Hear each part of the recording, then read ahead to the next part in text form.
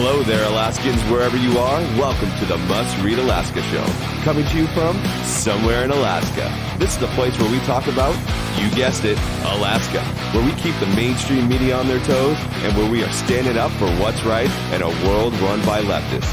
You can find out more by heading over to mustreadalaska.com and also checking out the Must Read Alaska YouTube channel for some really great content. But first, let's get this party started.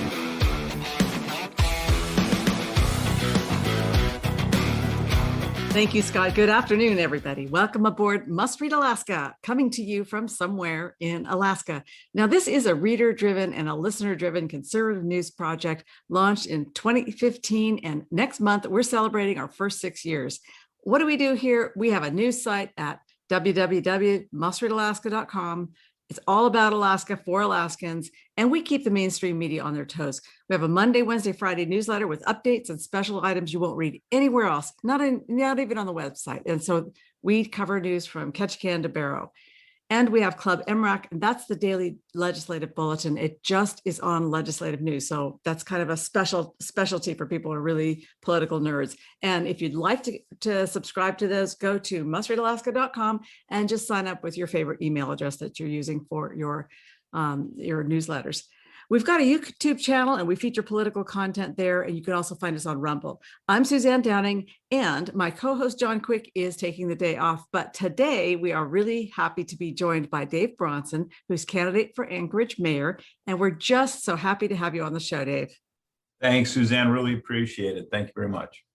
Well, you know, what we're about here, Dave, and I know that you've been reading Must Read Alaska for a long time, so you're familiar, but for those who are new, the core of this project has always been, it's been a project. It's been better leaders and better policies incrementally. We're not expecting things to happen overnight. We're not expecting miracles, but what we'd like to see is over time, we'd like to see Anchorage and Alaska and all the communities in Alaska get better leadership and implement better policies. Now, there are 3 somewhat conservative running for the Anchorage mayor and at least 3 liberals. We've got 14 candidates. And today the ballots went in the mail. So this election is officially on. And I really appreciate you taking the time out on this day to be with us. And I just wanted to, and I just wanted you to talk about your bio a little bit and let our listeners, and we have listeners. I was talking to somebody yesterday who was a truck driver, and I met her at your fundraiser. She said, "Oh, I listened to your podcast while I'm driving the truck around town." And so, but for those who aren't familiar, do tell us a little bit about where you came from, where you were born and raised, and kind of how you got to Alaska. Oh, okay. Well, I was born and raised in Superior, Wisconsin. It's literally right next to Duluth, Minnesota. I grew up spending a lot of time on the beach on Lake Superior, both fishing, hunting, and camping, actually. So I went from there. I spent most of my life working in a lumber yard, and then I wound up going away to school in University of Wisconsin at Madison, where I graduated in 1981. To back up a bit, I came from a fairly big family, 5 siblings, kind of spread out over the years. Excuse me. We're all still very close.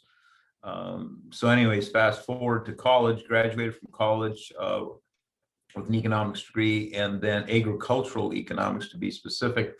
And then I went off to Arizona to the Air Force, got my wings there, went through a few airplanes, flew the on active duty, the B-52, the B-1, and then got into the airline business. And the airline back then was Northwest Airlines, which sent me up here to Anchorage in 1991 for a 2-year commitment, which has turned into 30, which is good evidence that I don't do public math well. We've raised our kids here. This is our home. We've raised our 2 kids here. We've got 2 kids. Katie's a PhD student in biochemistry, and my son is a commercial pilot out at Ted Stevens International. And my wife Deb and I, we've been married 36 years. We intend on growing old in this city, and that kind of drives why I'm running. thought of it. It never crossed my mind to be a politician. I've always been conversant in local politics and national politics because I think a good citizen needs to be that. But the notion of running for politics never even crossed my mind. And then this last summer, things got so bad in the city.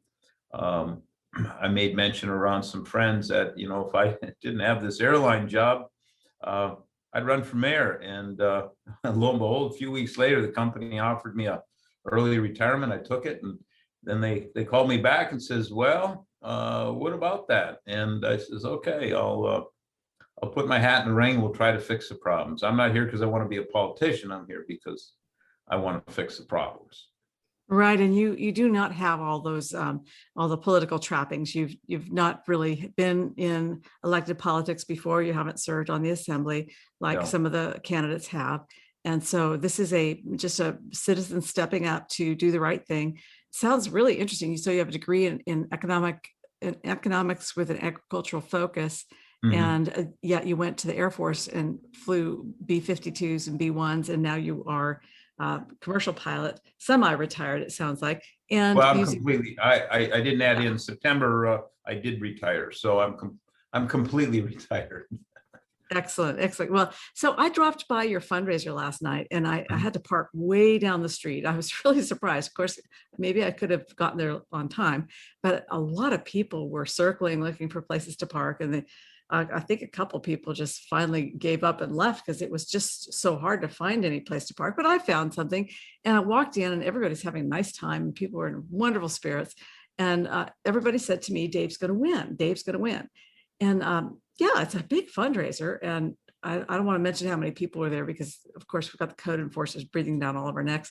But I was thinking that for every person that was there, and many of them from the construction industry and from just private sector, or they own shops, or they work in offices in the private sector. But for every one of them, they're like 50 municipal workers, and I don't know how the municipal workers are going to vote, but are all the muni workers going to swing for Forrest Dunbar, do you think? Well, I'll have to disagree there. We get a lot of feedback from municipal employees, and quite frankly, my opinion is that I know it seems popular at times to pick on government workers. That's not me. We've got some great muni workers, like a lot of them in this city, and I'm not about to go out and disparage excuse me, these people for working for the city. In fact, I applaud them.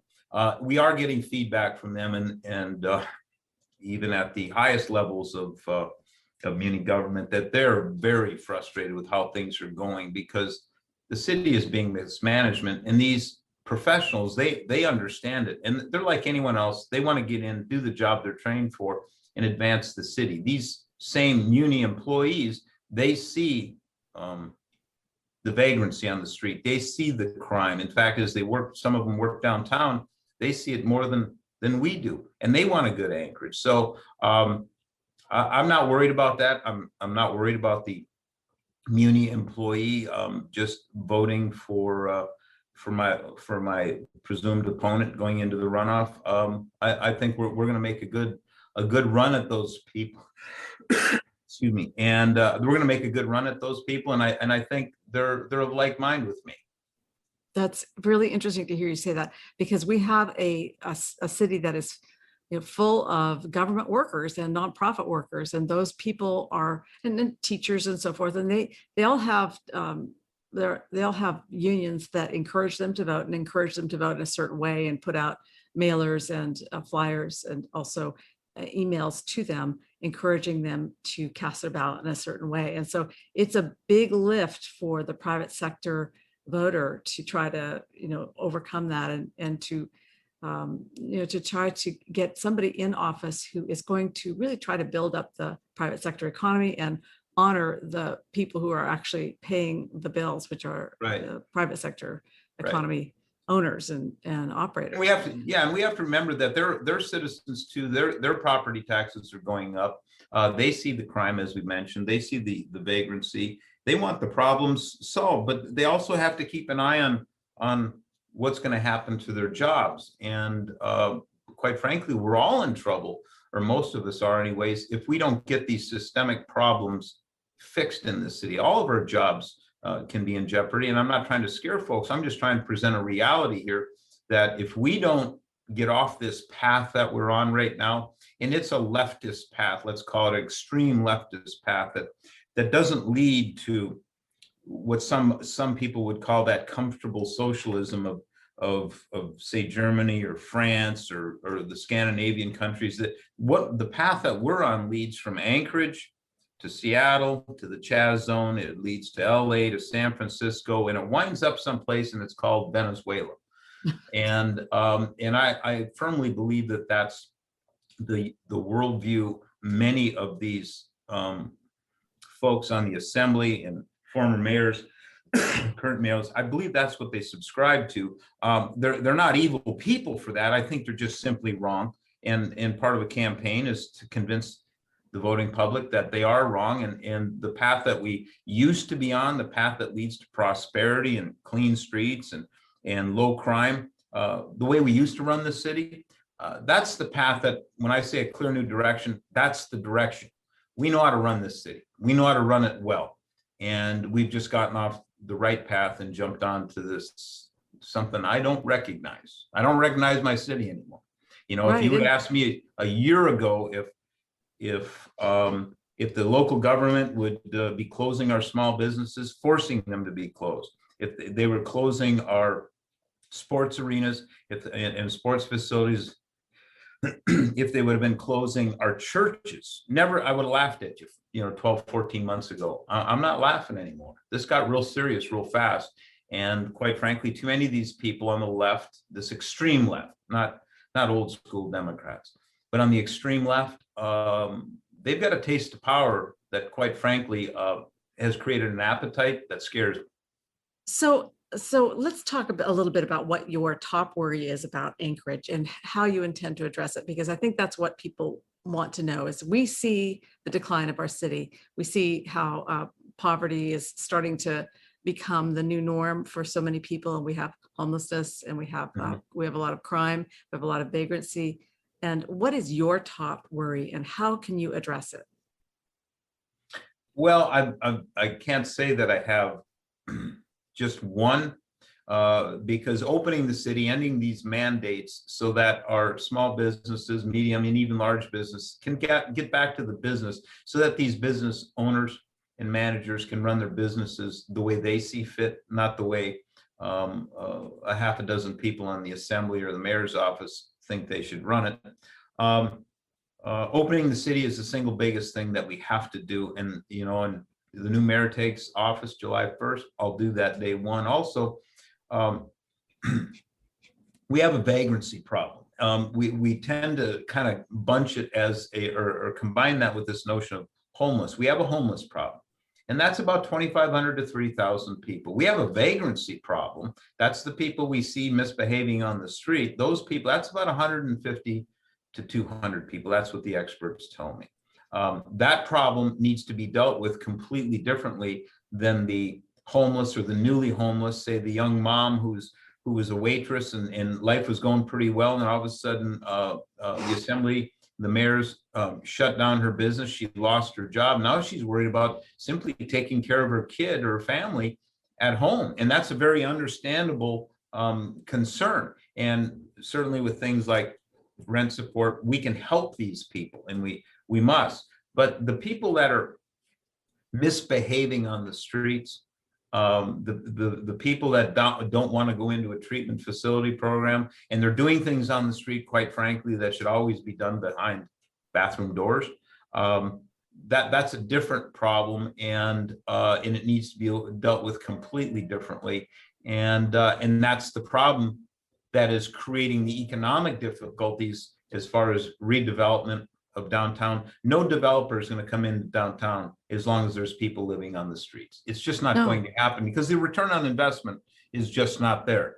And so we've got to deal with that. We've got to deal with the crime throughout the entire city, not just downtown, but particularly downtown, because the tourists, when they're sitting on their computer and saying, hey, I get off the airplane or get off the boat and I want to see how many days I want to spend in Anchorage, and they're seeing vagrancy, boarded up stores, they're seeing people, vagrants sleeping on the street, they're going, yeah, I think I'm going to do the bypass. I'll go from Seward to the park or to Fairbanks or something like that. That's got to be interrupted, because we got to get back in the tourist business. And until we get the vagrancy issue solved and the crime issues dealt with effectively, that's not going to happen. Right. And it's not just businesses that don't want to, redevelop downtown, because a business owner takes a look at that and says, I can't solve this by myself. This is going to take all of us together. But many of us who live in Anchorage, we don't want to go downtown either. And we just avoid it. We're kind of midtown and south. And that's kind of what we're trying to do, is live our lives outside of the core of the city. For those of you who haven't been downtown Anchorage for a while, it is shocking what has happened to it. And this is all under the current administration. The Berkowitz administration, which is now the Berkowitz 2.0 kind of administration under Austin Quinn Davidson, who's simply a caretaker, an 8-month caretaker, allowing things to continue to decline because they didn't want to have an election and come up with an interim mayor that had any kind of power. Well, homelessness, people talk about it. You talk about the difference between the acute homelessness of the waitress or the waiter who's lost his job and can't support his children and needs shelter right away, or maybe an abused mother or something who needs shelter. There is also the vagrant problem. You talked about that situation being a fairly small contained group of people, but boy, they cause an awful lot of trouble. What can we do? What is actually doable? Because right now we've got them down in the Sullivan Arena, I believe, and they're trying to space out people in the shelters. So they're using Sullivan Arena. I remember when they opened that up, they said, this is just temporary. It's only for a couple of months. Well, it's a year now. Mm-hmm. So what are you going to do about that? I mean, getting those facilities back into the hands of the public, and so that we can use them for what they were intended? Well, once we open up the city and the mandates, is what happens is these requirements that you have to have all the spacing goes away, and we can get back to closer to what we used to be normal as far as how many people are going to be in the other facilities that API can open up to a larger capacity. Brother Francis, see, they're all restricted, and that's what's driving this. Certainly, as more newly homeless come online, the people who've lost their jobs, that makes it more difficult. But many of them, we can help through, like I say, we can cover their rent, we can support them until the jobs come back. But then again, guess what? The jobs themselves are tied to these closures that this assembly did to us, and this and these mayors did to us. They closed the jobs, which caused homelessness, newly homeless to ramp up. Now we've got to deal with that, and we've got to simply reverse that, get back to normal. And then the lot of the organizations that provide the beds and shelters, they can expand their facilities to greater capacities. And because we have to get the Sullivan open, we've got to get the Ben Boke area completely cleaned up so we can get our kids back playing hockey. That's to me, that's essential, because that's part of our culture. And especially in Anchorage here, we're a hockey town, and these kids need that. So again, first and foremost, end the mandates, the vagrancy, deal with the crime. We also have to build, part of the homeless issue is caused by lack of affordable housing. There's 5 causes of homelessness in the world, and that's one of them. Well, guess what? We're making it very difficult to build homes in Anchorage. The builders are kind of flooding with their future customers, are flooding now to the valley. People are trying to escape Anchorage, both the builders and the homeowners, or the home builders. And we need to interrupt that process and entice people to start coming back or to remain in Anchorage. And I can't tell you the number of people that told me, that I've met as I go door to door and as I go through fundraisers, this is, if you don't win, we're leaving the city, and we might even leave the state. That's unacceptable. I mean, this town is kind of the jewel of Alaska, and we've just dumped all over it and created a situation where people actually want to move out just to get away from the local politics. I'm stunned, and that has to be. We need to get back to center-right politics. The political needle needs to swing back to the middle of the center right. And because that's where good governance comes from, that's where good policy comes from. And at the end of the day, we live or die under the policy. But if you don't put the right people in power, you're not going to get good policies. And that's why we need a clear direction, a clear new direction, which I intend to bring to this city. Well, that's and all that's very encouraging to hear. But, you know, it looks like Forrest Dunbar is probably the one who is going to advance from, there's a sort of a primary election and then there's a general election.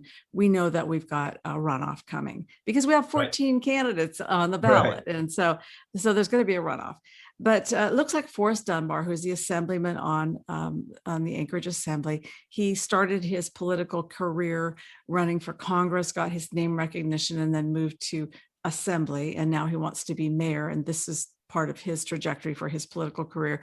Very, very committed to his leftist beliefs. And he's got a strong base from the far left. I think that he's kind of a Bernie type leftist. But, you know, we've also got 13 people on the ballot besides him, yourself included. How is it that you are the best person to face him in the general election, which will come? I mean, sorry, you'll have to tell me what day it's going to come. It's the first week. April 6th is the general election. The runoff will be roughly 30 days later. Well, yeah, what I mean is primary is April 6th, and then the general election is like the first week of May. So, well, let's be clear. There is no such thing as a runoff. We need to be right here. There isn't a general election. It's just an election in Anchorage, and then the charter prescribes that if no one gets 45% of the vote plus one vote, then there is a runoff. So it's general election and runoff. So anyways, I'm sorry. So how is it that you're the best person to take on this guy from the radical left, this Forrest Dunbar, who's got very strong political ambitions to probably advance? He probably wants to go back and run for Congress again. How is it that you are the one who can face him in the runoff? Well, I think the question begs the answer in the sense that, you know, even Forrest Dunbar today in the ADN, there was a nice article written about him, and he says, I am the one to beat. And the polling, there's been a couple polls out which says that I'm the guy that he has to beat. He and I are tied roughly at 20% in these two different polls. The polls came out with almost the exact same numbers. So there's Forrest at 22%, me at 20%, and then all the other candidates are 8% and below. So at 2.5 weeks out or so, 3 weeks out, it's going to be a tough. So it's not that why am I the right one? It's because to beat Forrest Dunbar. It's because I am the one to beat Dunbar, because I'm the only one. I'm going to be the only one facing him in May. Yep. So, and so as you started out there on the campaign trail, you're talking to people, and you've spoken all over the city, all over the community, to different community councils. What are you hearing from the people of Anchorage? What are their frustrations? What are they telling you that you need to work on? Well, we need to work on everything. I liken this, and I even say this in some of my stump speeches. I say the city is like a great big onion. You start pulling it back, and every layer is rotten. Now, there's certainly good departments and good areas that are being run. I think AWWU is doing a good job. There's others. I think our road maintenance does a pretty good job. But boy, the port is broken in a lot of ways. It's not managed well, and it's certainly physically, from an engineering perspective, it's broken, and it could be in the next earthquake, not just broken, but a disaster. Half of our food comes through the port, or half of everything that comes into Alaska comes through that port. So we feed the state essentially through that port, and we've got to get a fix going. So one of the ways I'll address that is I'll look at this lawsuit, this $320 million lawsuit that we're trying to sue Marine admin for the federal government. We need to get that resolved. I don't know right now if going forward with the lawsuit is the best way, or ending the lawsuit and then asking the federal government and the state to come in and help us with this port. All I care about, I don't care how we got here. All I care about is that port gets fixed, and it gets fixed. That process starts real quick. And so that's one of your top focuses for the economic revitalization, is to get that port going again. Well, as far as top economic, if we don't have an earthquake, we might be able to coast a little bit with the port operating is, but that's we can't. No sane person would say that. The port has to be dealt with for economic stimulus. It's like I've been saying. It's open the mandate and let these small businesses get back to work. Certainly, there's we're going to be reaching out for whatever federal money is available to stimulate these businesses that have been shut down. And I've committed personally that if elected mayor, I'll rebate to those businesses that were shut down. I'll rebate to them that portion of the property taxes for when they were shut down, and we'll refund them the fees and penalties they were assessed by the assembly and by the municipality for violating these, what I believe are illegal mandates. We spoke about that earlier.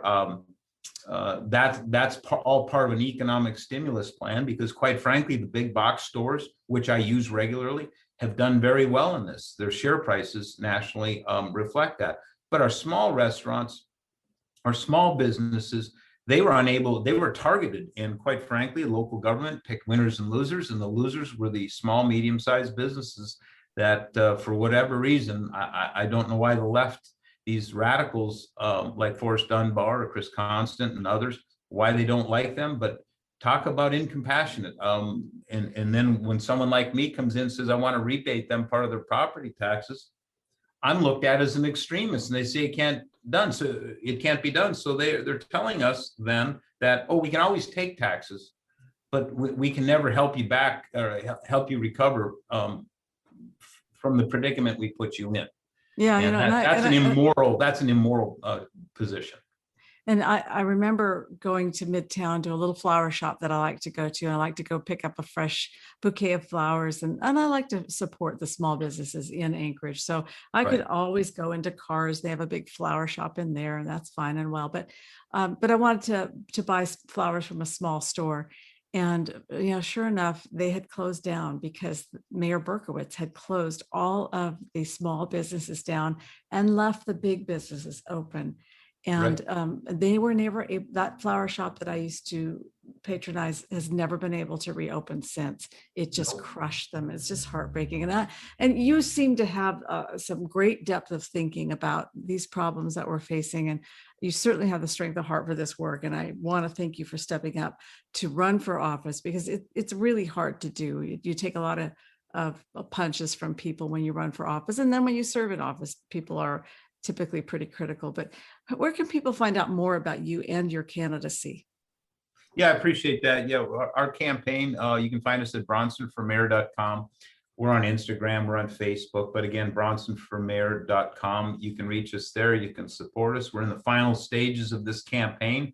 Certainly we need money, but we also need volunteers. You can contact the campaign and volunteer. We're doing phone banking and we're doing neighborhood walking. I neighborhood walk about every 2 days. And have it hit personally, my wife and I have hit a lot of doors.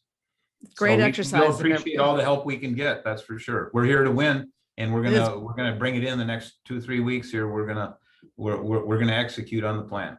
Yeah, well, ballots are in the mail, and now's the time to execute. Well, thank you very much for being a part of our show. And I just want to let our listeners know that you can tune in midweek for the Must Read Alaska podcast also.